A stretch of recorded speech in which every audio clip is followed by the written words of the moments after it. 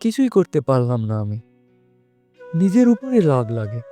এত বড় হয়ে গেছি, তবুও কাউকে গর্ব করাতে পারলাম না আমার জন্য। এতদিনে তো পুরো সংসারটা সামলে নেওয়া উচিত ছিল। মা বাবাকে কাছ থেকে মুক্তি দেওয়া উচিত ছিল। কখনো কখনো নিজের উপরই লজ্জা লাগে। এত অযোগ্য হয়ে গেলাম কিভাবে আমি? শৈশবে ভাবতাম বড় হয়ে দুনিয়া জয় করব।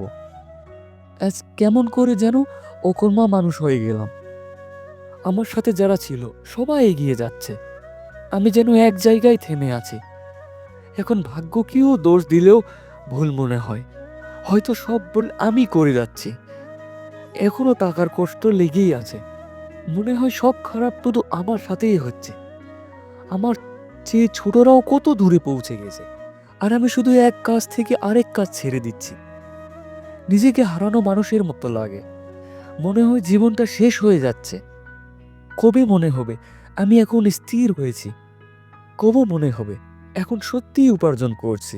নিশ্চয় আমি বড় কিছু ভুল করেছি, তাই কিছুই করতে পারছি না। অন্যদের চোখে যাই হই না কেন, নিজের চোখে নিজেই পড়ে যাচ্ছি নিচে। আর দেরি করা যাবে না।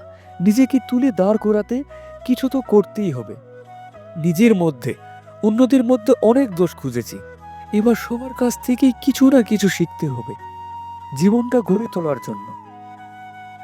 এভাবে গড়পড়তা হলে থাকলে চলবে না। স্বপ্ন দেখলে তো পূরণ করার সাহসও রাখতে হবে।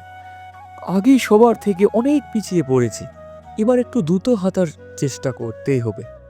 কিছু একটা করতেই হবে এমন, যাতে মানুষগুলোও আমার জন্য গর্ববোধ করে। ভিডিওটি ভালো লাগলে অবশ্যই চ্যানেলটি সাবস্ক্রাইব করে দেবেন। আবার দেখা হবে কোনো নতুন এক গল্পে। ভালো থাকবেন, সুস্থ থাকবেন। ধন্যবাদ।